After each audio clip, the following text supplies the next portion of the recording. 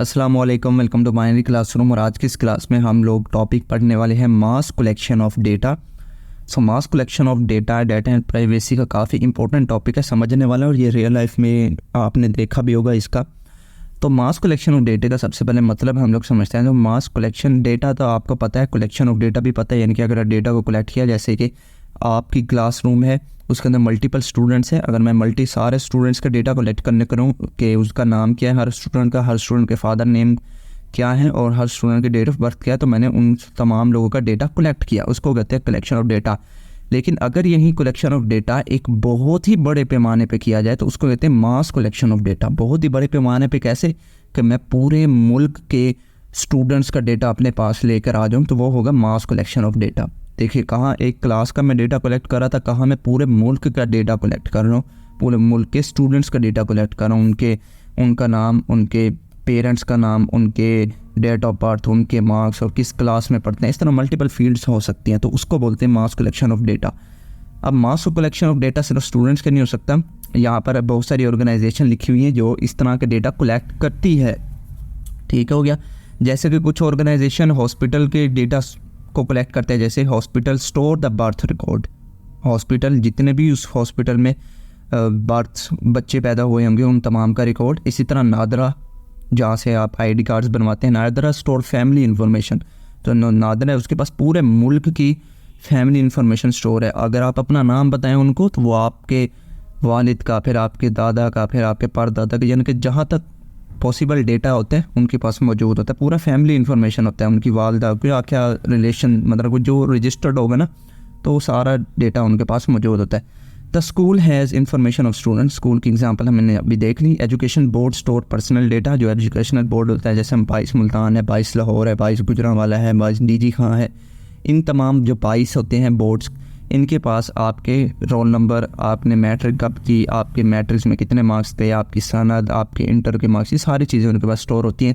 इसी तरह passport officers होते हैं जो कि पासपोर्ट पर्सनल डेटा आपकी वो भी स्टोर करते हैं। आपका नाम, कहाँ रहते हो, कहाँ के रिहायशी हो, सारी चीज़ें इस तरह की वो स्टोर करते हैं। अब कुछ ऑर्गेनाइजेशंस ऐसे भी होती हैं जो कि आपका तो डेटा स्टोर करते हैं, वो हमने देख लिया। कुछ ऐसी ऑर्गेनाइजेशन भी होती है जो आपके इंटरेस्ट को भी स्टोर करती हैं। कैसे? जो आपकी ट्रैवलिंग एजेंसियां होती हैं, ये आपके इंटरेस्ट को स्टोर करती हैं। कैसे? आपने लेट्स सपोज एक मरतबा दुबई का वीज़ा लगवाया उनसे और आप दुबई गए, फिर लेट्स सपोज आपने अगली मरतबा सऊदी अरेबिया का वीज़ा लगवाया, फिर कभी आपने मलेशिया का वीज़ा लगवाया, कभी आपने ऑस्ट्रेलिया का वीज़ा लगवाया। लेकिन इस सारे टन्योर में जितना भी डेटा है, उस दौरान आप लोग ज़्यादा जो है वो दुबई का वीज़ा आपने मल्टीपल टाइम्स लगवाया, तो वो होगी लाइक इंटरेस्ट कि आपको दुबई के वीज़ा में इंटरेस्ट है, आपको जो उसके मिडल ईस्ट कंट्रीज़ हैं उनके वीज़ाज़ में इंटरेस्ट है, तो वो आपको वैसे ही ऑफ़र्स जो है वो प्रमोट करती हैं। इसी तरह कोई आपके रिव्यूज़ भी तो लेते हैं, तो कोई आपसे वो रिव्यूज़ भी लेंगे ट्रैवलिंग एजेंट्स के, आपको इस कंट्री में हमारी सर्विस कैसी लगी, इस कंट्री में कैसी लगी। तो कुछ चीज़ें आपको पसंद भी आएंगी, कुछ नापसंद भी आएंगी, तो उसी हिसाब से अपने आप को बेहतर करने की कोशिश करते हैं। तो वो हमारे पास ऐसी ऑर्गेनाइजेशन जो आपके इंटरेस्ट और लाइक्स और डिसलाइक्स को ट्रैक करें, उनमें एक ट्रैवलर एजेंसीज़ हैं। उसके बाद फेवरेट क्लोथ्स, आपके जो जितने भी इंस्टाग्राम और फेसबुक पे एड्स आती हैं कि आपने कोई चीज़ शॉप करनी है, जूते हैं, क्लॉथ्स हैं, इस तरह की चीज़ें, तो उनकी एड्स आ रही होती है, तो वो भी इसी तरह ही हमारे पास इंफॉर्मेशन जा रही होती है कि हम क्योंकि बार बार वही डेटा कंज्यूम कर रहे होते हैं कि हमने लेट्स सपोज़ कोई कपड़े बाय करने हैं किसी ब्रांड के, तो हम उस ब्रांड की वेबसाइट को चेकआउट कर रहे होते हैं कि हाँ इसके पास इस कलर के कपड़े हैं, इस प्राइस रेंज में कपड़े हैं, तो हमें उसी तरह की ना एड्स दिखना शुरू हो जाती हैं। उसके बाद है हेल्थ इन्फॉर्मेशन का भी आजकल ऐसा ही है कि ऑनलाइन आपको हेल्थ केयर के रिलेटेड इन्फॉर्मेशन प्रोवाइड की जा रही है कि आप इस तरह की बीमारी के लिए इस डॉक्टर, इस हस्पताल या इस तरह की मेडिसिन या इस तरह के सप्लीमेंट्स यूज़ करें। तो ये काफ़ी ट्रेंड आजकल चल रहा है। उसी तरह फेवरेट फूड है, कोई फास्ट फूड अगर लाइक करता है तो आप देखेंगे उसको फास्ट फूड की मल्टीपल ब्रांचेस की एड्स शो होती हैं। और कोई अगर कॉन्टिनेंटल लाइक करता है तो उसको कॉन्टिनेंटल रेस्टोरेंट्स की ऐड शो हो रही होती है, उनके खाने, उनकी जो प्राइस रेंज होती है वो शो हो रही होती है। तो इस तरह से ये सारा डेटा जो है कलेक्ट होता है।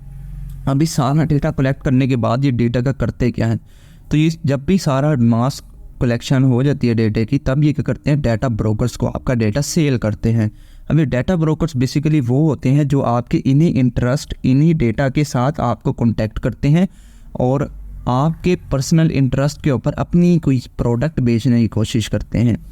ठीक हो गया। जैसे कि कभी भी आपको कोई कॉल्स आई और लेट्स सपोज आप ना मैट्रिक के स्टूडेंट हैं, हम अपनी एजुकेशन के रिलेटेड एग्जांपल रखते हैं कि लेट्स सपोज अगर आप मैट्रिक के स्टूडेंट हैं और मैट्रिक के बाद जाहिर है आप लोगों ने इंटरमीडिएट के लिए जाना होगा, FSC, FA, ICS वगैरह करना होगा। तो आप लोग देखते हैं कि जब आप मैट्रिक में होते हैं तो आपको बहुत से कॉलेजेस वाले कॉल्स करके, आपके फादर का अगर मोबाइल है या अगर आपका अपना, तो उसी नंबर पे आपको ना कॉल्स आ रही होती हैं कि हम इस कॉलेज से बात कर रहे हैं और आप इंटरेस्टेड हैं, आप कौन सा कोर्स करना चाहते हैं, आप हमारे कॉलेज विजिट करें। इस तरह की कॉल्स आती हैं ना, तो वो कैसे आ रही होती हैं? तो यही जो आपका डेटा बाइस मुल्तान कलेक्ट करता है या कोई भी बोर्ड कलेक्ट करता है, इसी तरह मल्टीपल जो ऑर्गेनाइजेशंस होती हैं जिनके पास आपकी पर्सनल एजुकेशनल इन्फॉर्मेशन होती है, ये उनको आगे सेल करती हैं। तो ये होते हैं data brokers. So there are many companies that collect, buy and sell the consumer information, these companies are called data broker. जो बहुत सी कंपनी है वो क्या करता है, आपका डेटा कलेक्ट करती है, बाय करती है या ख़रीदती भी है, एंड सेल बेचती भी है द कंज्यूमर इन्फॉर्मेशन, यानी कि आपकी information. These companies are known as data brokers, इन कंपनीज को डाटा ब्रोकर बोला जाता है। तो इस तरह से हमारे पास मास कलेक्शन ऑफ डेटा का इस्तेमाल किया जाता है। पॉजिटिव मीन है इसका, कोई नेगेटिव मीन नहीं है। ये डेटा कलेक्ट ही इसलिए किया जाता है कि आप इसको पॉजिटिव माइनस में यूज़ कर सकें, इसका कोई नेगेटिव यूज़ नहीं होता। हाँ, अलबत्ता अगर कोई नेगेटिव इंटेंशन के लिए यूज़ करना चाहे तो वो एक अलग है, इलीगल प्रोसेस है, लेकिन ये लीगली है, आप बेच सकते हैं, कोई ऑर्गेनाइजेशन आपका डेटा सेल कर सकती है। सो इसलिए कहते हैं कि जब भी आप किसी ऑर्गेनाइजेशन को अपना डेटा फॉरवर्ड कर रहे हैं तो पहले तसल्ली कर लें कि वो एक लीगल ऑर्गेनाइजेशन है भी सही, यानी कि आपको ख़तरा तो नहीं है कि आपके पर्सनल प्राइवेट इन्फॉर्मेशन किसी के साथ शेयर की जा सकती। तो आई होप आपको ये वीडियो पसंद आई। अगर पसंद आए तो इस वीडियो को लाइक करते जाएं। चैनल को बगैर सब्सक्राइब किए देख रहे हैं तो चैनल को भी ज़रूर से सब्सक्राइब करें। मिलते हैं किसी नेक्स्ट वीडियो में, तब तक के लिए अल्लाह हाफिज़।